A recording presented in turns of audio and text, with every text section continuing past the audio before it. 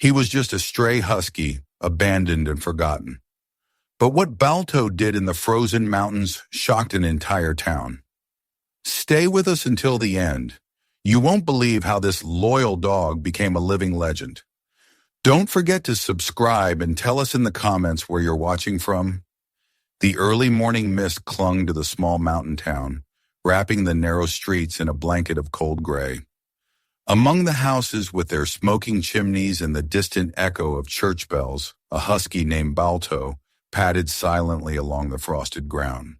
His thick coat shimmered faintly in the pale light, each breath a puff of steam against the chill. He was not just any husky. His icy blue eyes carried a depth of memory, a story written in hardship and loyalty, and now in sorrow.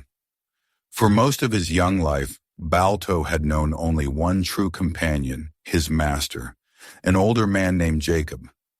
Jacob had raised him from a pup, teaching him to pull sleds, to run tirelessly through snow, and to sit quietly by the fire when the long nights of winter closed in.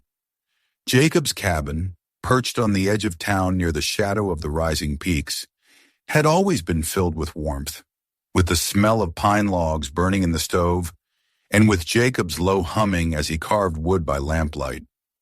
Balto had never doubted that this was his world, the man, the cabin, and the endless trails of the mountains. But seasons change, and with them lives unravel. Jacob had grown sick the previous autumn. What began as coughing became something heavier, stealing his breath and sapping the strength from his hands. Balto had sensed it before anyone else, the way his master struggled to stand, the way his footsteps slowed, the way his scent carried exhaustion instead of vigor. Balto would rest his head on Jacob's lap, offering comfort the only way he knew how. But a dog's loyalty cannot cure illness, and each day Jacob faded more. By winter's height, Jacob no longer ventured outside.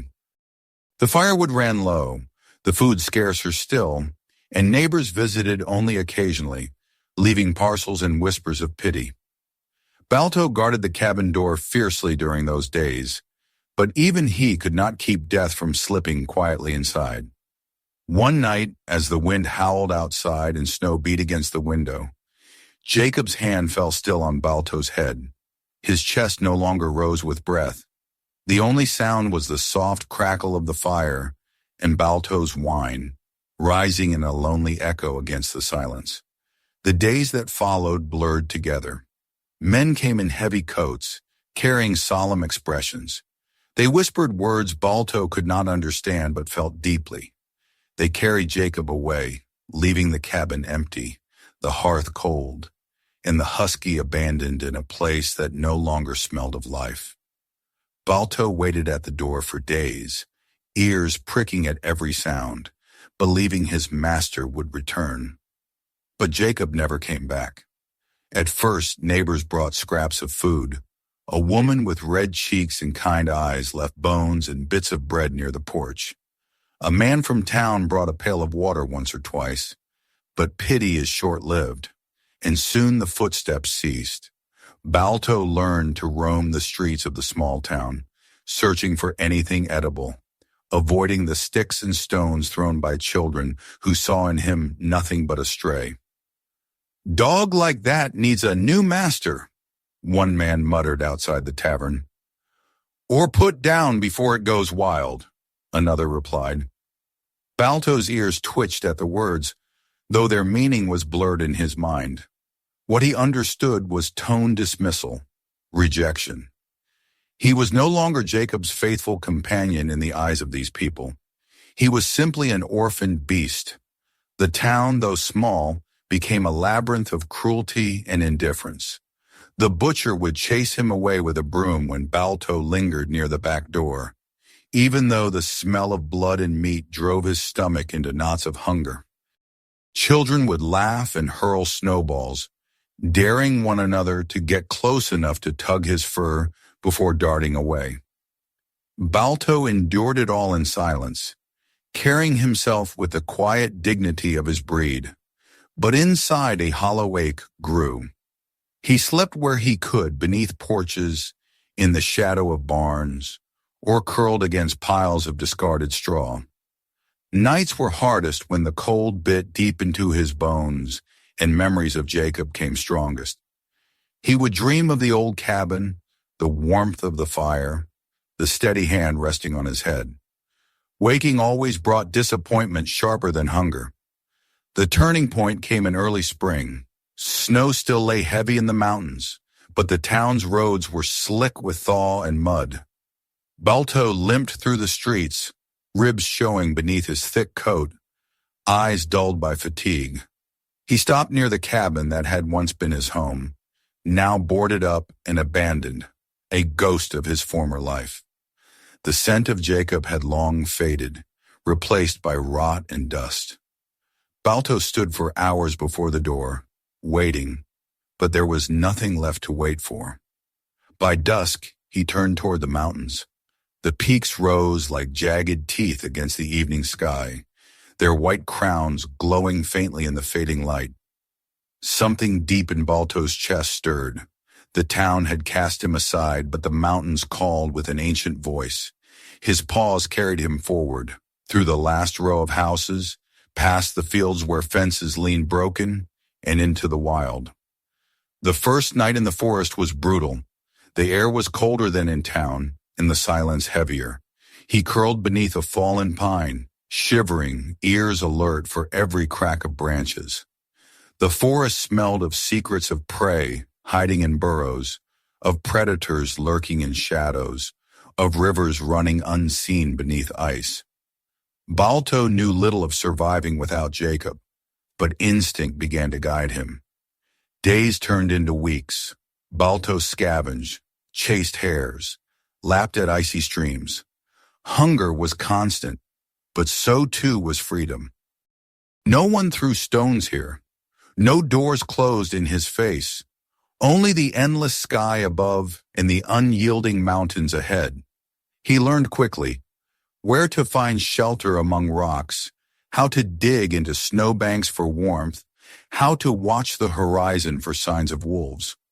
One evening, as the sun bled red across the peaks, Balto stood on a ridge overlooking the valley below.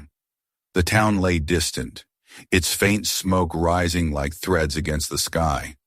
Behind him stretched the vast unknown. He lifted his head and howled, not in grief this time, but in declaration. Jacob was gone. The life he knew was gone. But he, Balto, still remained.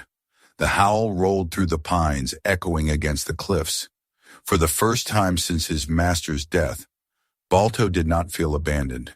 He felt alive, part of something larger than the town's narrow streets or the cold hearth of a forgotten cabin. The mountains had claimed him, and he would answer their call. And so began Balto's true journey, not as someone's pet, not as a stray, but as a soul walking the thin line between survival and freedom, loneliness and strength. The snow crunched under his paws as he turned away from the valley and disappeared deeper into the wilderness, unaware of the trials that awaited him. Trials that would forge him into more than just a lost dog. Trials that would test the very essence of his loyalty, courage, and spirit.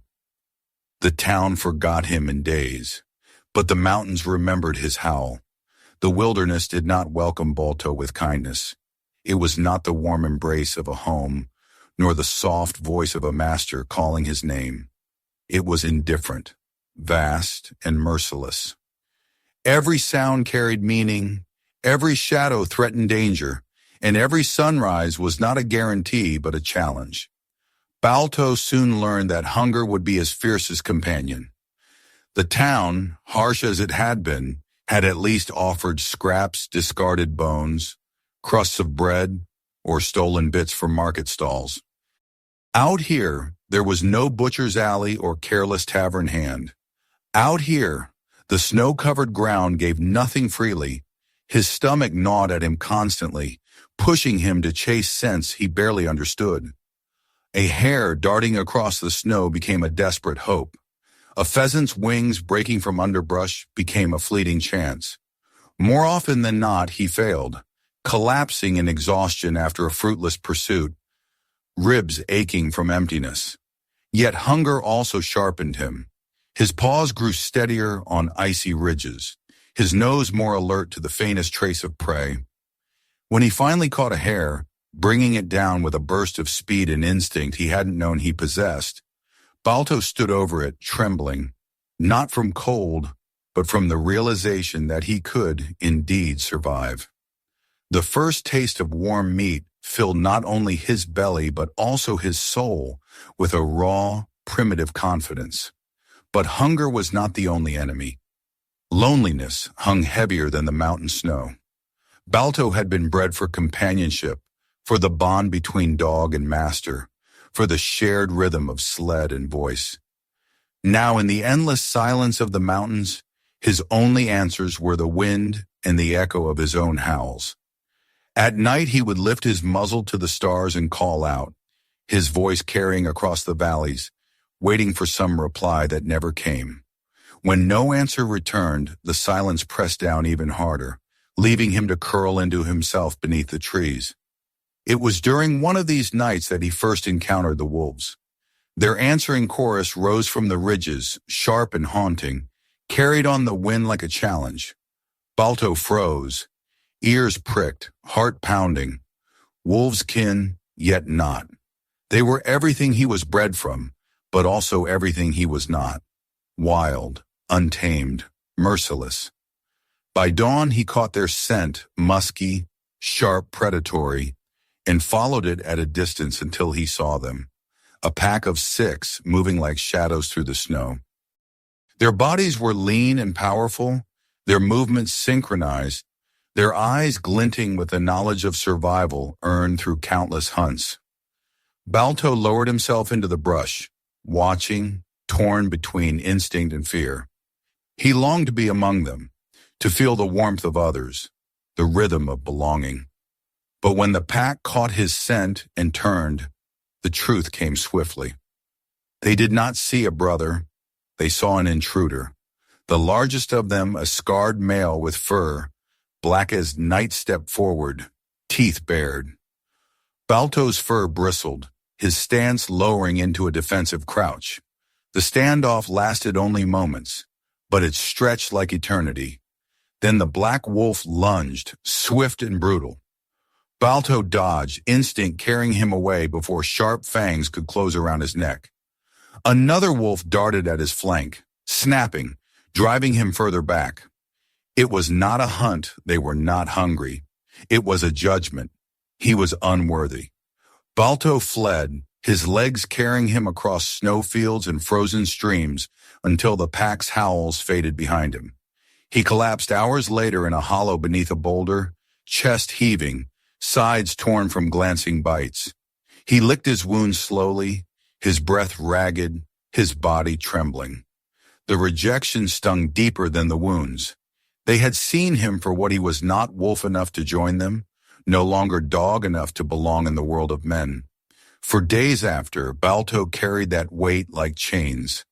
He hunted clumsily, slept little, and walked aimlessly as though searching for something neither world could give him. Each night, the loneliness pressed heavier, whispering that he was nothing, just a creature caught between two worlds with no true place to call home. Yet even in despair, survival demanded movement. The mountains were unforgiving, but they were also teachers. Balto discovered patterns, deer trails that led to water, hollow logs that offered shelter, ridges that caught the morning sun first and warmed his fur. His body hardened with muscle, his paws toughened against ice. The hunger that once nearly broke him became fuel, and slowly, without realizing it, he was changing. Not into wolf, not into pet, but into something wholly his own. Still, loneliness clawed at him. He would pause at ridge lines and look down at the distant valley where faint plumes of smoke marked human presence. He longed for a voice calling his name, for a hand resting on his head, for the simple companionship of Jacob. But when he tried to imagine returning, he remembered the stones, the broomsticks, the rejection in human eyes. That world had closed its doors to him. The turning point came on a storm-lashed night. Snow fell so thick that the forest disappeared into a blur of white. Balto pushed forward, fighting against the wind, his fur heavy with ice. Then, through the howl of the blizzard, he heard something else. A cry. Weak, human, desperate. He froze, ears twitching, heart thundering. Instinct urged him to run from the storm, to find shelter. But something deeper, an echo of the loyalty bred into him, pulled him toward the sound. He broke through a wall of snow and stumbled into a small clearing where a crude hunting cabin leaned against the trees. Smoke barely trickled from its chimney, nearly buried under drifts. The cry came again, weaker this time. Balto crept closer, pawing at the door, and the scent of human reached him, familiar yet strange. A man, alone. Fear wrestled with instinct. Humans had cast him out, treated him as nothing. But Jacob's memory burned within him, stronger than bitterness. Balto scratched at the door, barked once, and waited. Silence. Then slowly the door creaked open, revealing the dim glow of firelight and the haggard face of a young man wrapped in furs. His eyes widened at the sight of the husky, standing proud against the storm, snow clinging to his coat like armor. Balto did not enter immediately. He stood on the threshold, his breath heavy, his eyes locked on the strangers. In that moment, loneliness pressed harder than ever, demanding a choice: to remain the wild, solitary outcast, or to risk trust once more. The man extended a trembling hand, whispering softly words Balto could not understand but could feel. Not rejection, not cruelty, something else, an invitation. And so, with the storm raging behind him and emptiness raging within, Balto took one cautious step into the warmth of the cabin. It was not yet home. It was not yet trust. But it was a beginning.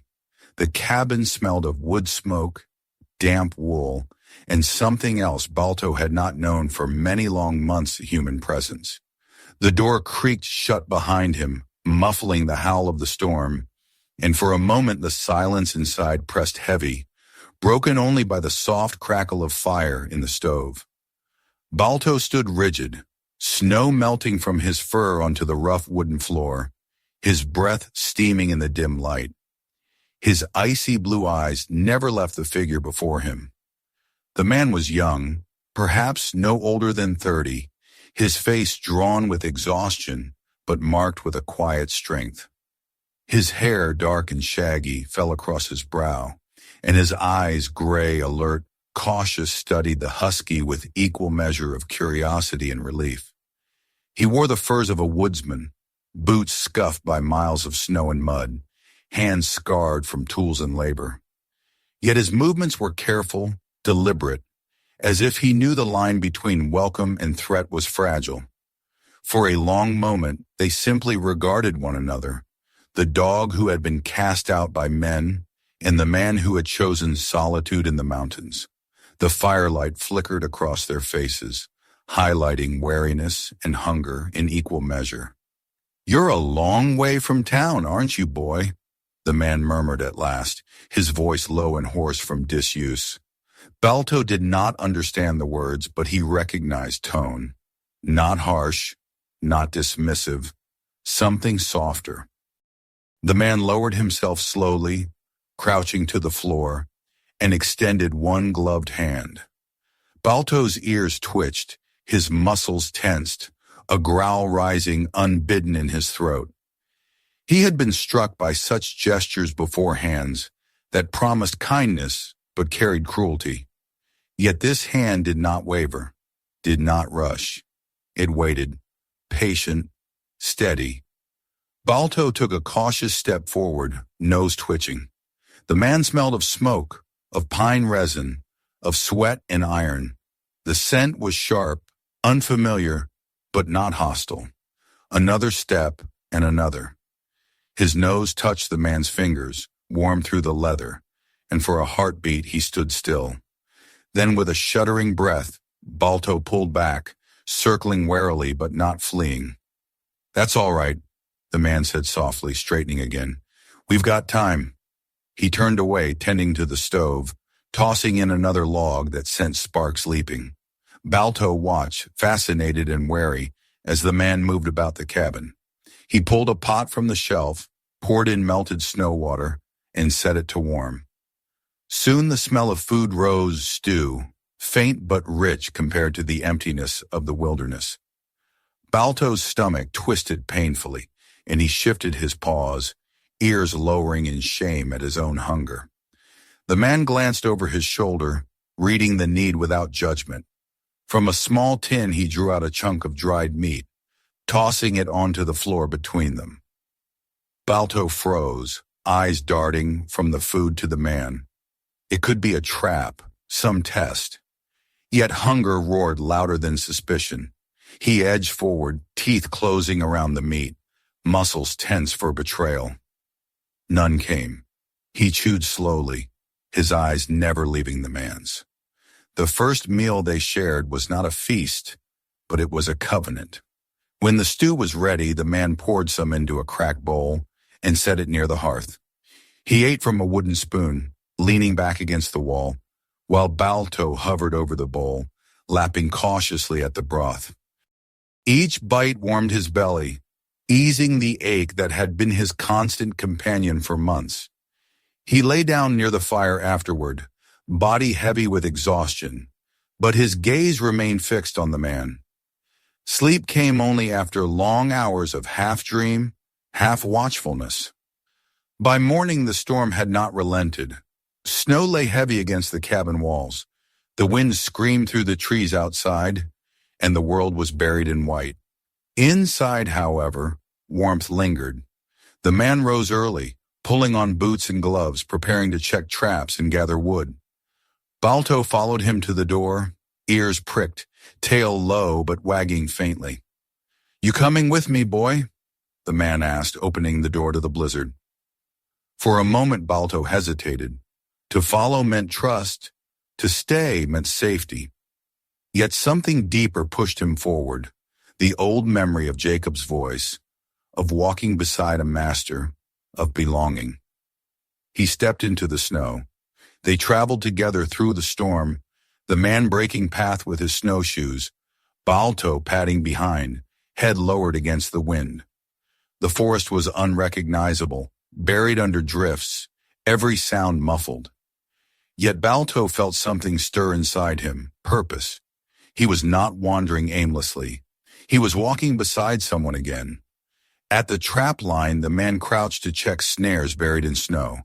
A rabbit, caught and frozen, was pulled free, skinned quickly with practiced hands.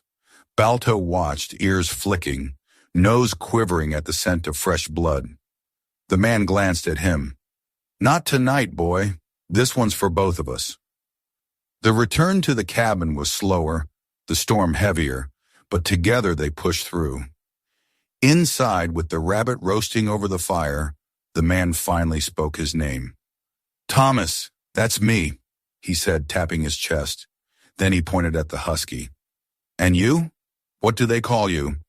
Balto tilted his head, ears perking at the tone. Thomas chuckled softly, shaking his head. "Guess we'll figure that out." For the first time since Jacob's death, Balto felt something shift within him. The ache of loneliness did not vanish, but it dulled, replaced by the fragile thread of connection. This man, this Thomas, was not Jacob, but he was something. Perhaps a companion, perhaps a new beginning. The days that followed deepened the bond. Thomas spoke often, not expecting answers, but filling the silence with words, and Balto began to understand his rhythms. The difference between his laughter and his frustration, between his commands and his musings. Balto, in turn, offered presence. He followed Thomas on his rounds, alerted him to dangers in the woods, and guarded the cabin at night. Trust did not come all at once. There were still moments when Balto flinched at sudden movements, when he kept his distance, watching from the shadows. But Thomas never forced, never struck, never betrayed. Slowly, Balto's defenses lowered. His tail wagged more freely, his ears perked at Thomas's whistle, and sometimes, just sometimes, he rested his head against the man's knee, as he once had with Jacob. The storm that had driven Balto to the cabin lasted nearly a week. By the time it broke, the world outside was transformed into a glistening expanse of untouched snow, sparkling beneath the winter sun. Thomas strapped on his pack, preparing to head into town for supplies. Balto watched, torn between following and staying.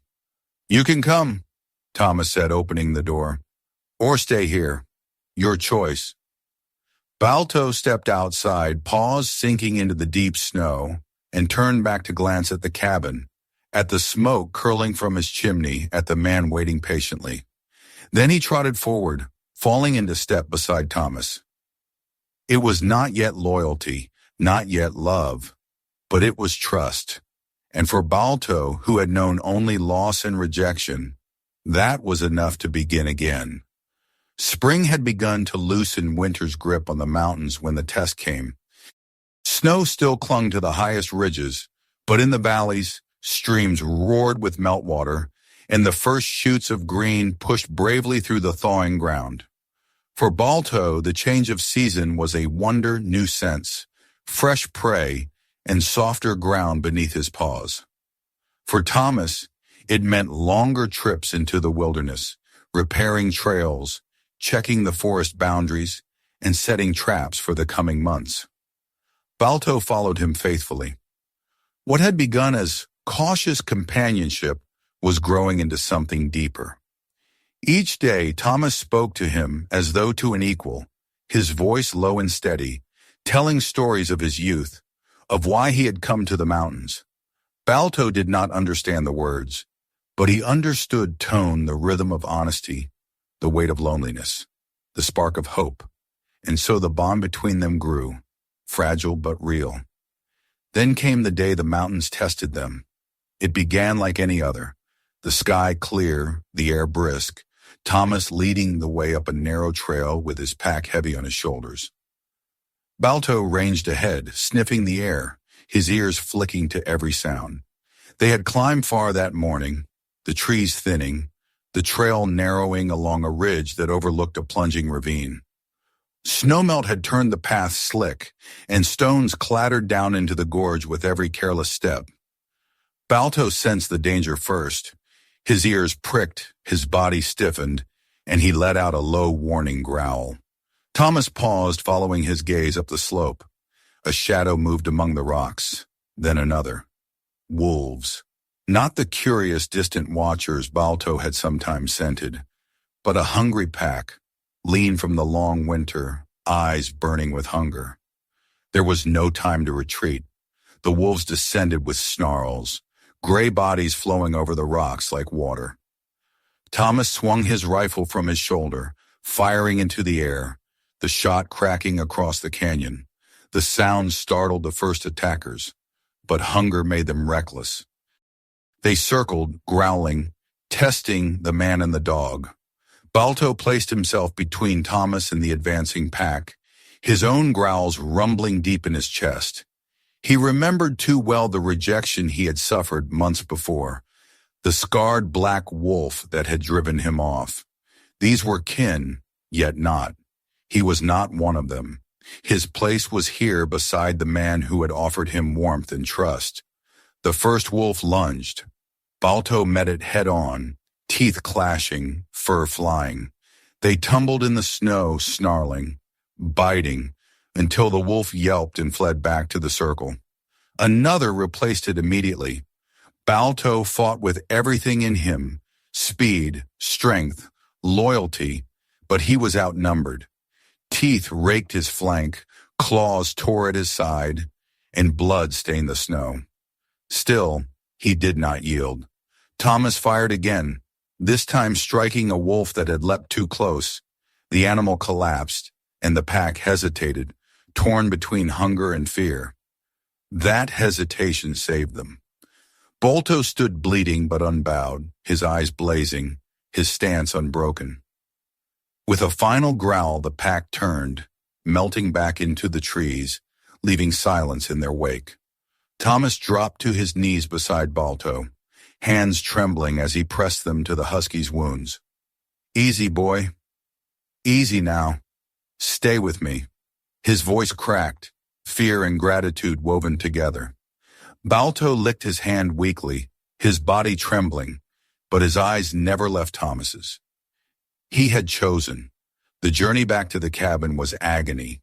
Thomas half-carried, half-dragged Balto along the trail, whispering encouragement with every step. Inside, he cleaned the wounds, bound them as best he could, and sat beside the dog through the long night, feeding the fire and refusing to sleep. Balto drifted in and out of darkness, the scent of blood and smoke filling his nostrils. But each time he opened his eyes, Thomas was there, always there. Days passed before Balto could stand again. Each time he tried, pain flared through his body, but Thomas's steady voice guided him, urged him on. "You're stronger than this, Balto. You've got more fight in you than any wolf." Slowly, strength returned. The wounds healed into scars, but scars carried honor. They were proof not of survival alone, but of loyalty tested and proven true. Word of the attack spread to the town when Thomas made his next trip for supplies. The people who had once thrown stones at the stray husky now whispered a different tale, of a dog who had stood against wolves to save a man's life. Some shook their heads in disbelief, others marveled. But for Balto, the town no longer mattered. His world was here, with Thomas, in the cabin and the mountains that surrounded it. Trust had become loyalty. Loyalty had become something even deeper. Balto was no longer just a lost dog seeking shelter. He was a guardian, a partner, a friend. And though the mountains had tested him with blood and pain, they had also given him purpose. The spring thaw gave way to a summer of green abundance. The mountains, which had once seemed to Balto a place of endless hunger and solitude, now blossomed with life. Rivers ran clear and full, meadows shimmered with wildflowers, and game moved freely along the ridges. For the first time since leaving the valley town, Balto did not merely survive. He lived. The scars from the wolf attack remained, faint lines hidden beneath his thick fur, but they no longer ached. Instead, they marked him as something more than a wanderer. He had chosen his place in the world, and it was here, beside Thomas, in the wilderness that had once threatened to break him. Each morning, Balto woke on the porch of the cabin, stretched his powerful frame, and lifted his nose to the air. The sense of pine and earth, of water rushing in the distance, of deer grazing in the meadow, all of it was his domain now. Behind him, Thomas would step outside with his mug of steaming coffee, nodding to the husky as if to an equal. "Morning, Balto," he'd say, voice still rough with sleep, and Balto's tail would thump against the boards in answer. Life settled into rhythm.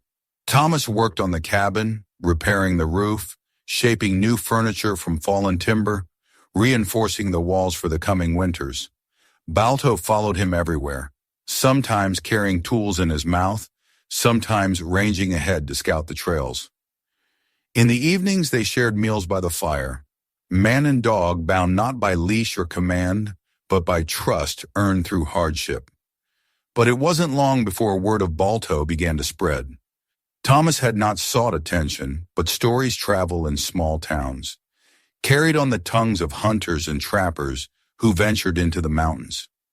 They spoke of the husky who had fought off a pack of wolves to save his master, of the dog who ranged the high trails like a spirit of the wilderness. To the people in town, Balto became more than just an abandoned stray. He became a legend. Children whispered his name in awe. Old men at the tavern shook their heads, claiming they had never seen a dog like him. Some wanted to claim him, to bring him down to the valley as a sled leader or guard dog. But Thomas refused. "He's not mine to give," he told them. "Balto belongs to the mountains. He just chooses to share them with me. And so Balto's fame grew, though he remained unaware of it. For him, the world was simple. His loyalty was to Thomas. His purpose was to protect their home. And his joy was in the life they built together. The true test of that purpose came one autumn, when the mountain once again revealed its unforgiving nature. A sudden storm swept through the region, early snow falling heavy before the leaves had finished turning. Thomas had been far from the cabin, setting traps near the ridge when the blizzard struck. The wind howled with fury, snow blinding, and the narrow path became a death trap of ice. Thomas slipped, tumbling down a steep incline, his leg twisting beneath him with a sickening crack. Pain exploded through him, his cries lost in the roar of the storm. Alone, injured, and miles from safety, he knew he had little chance of survival. But he was not alone.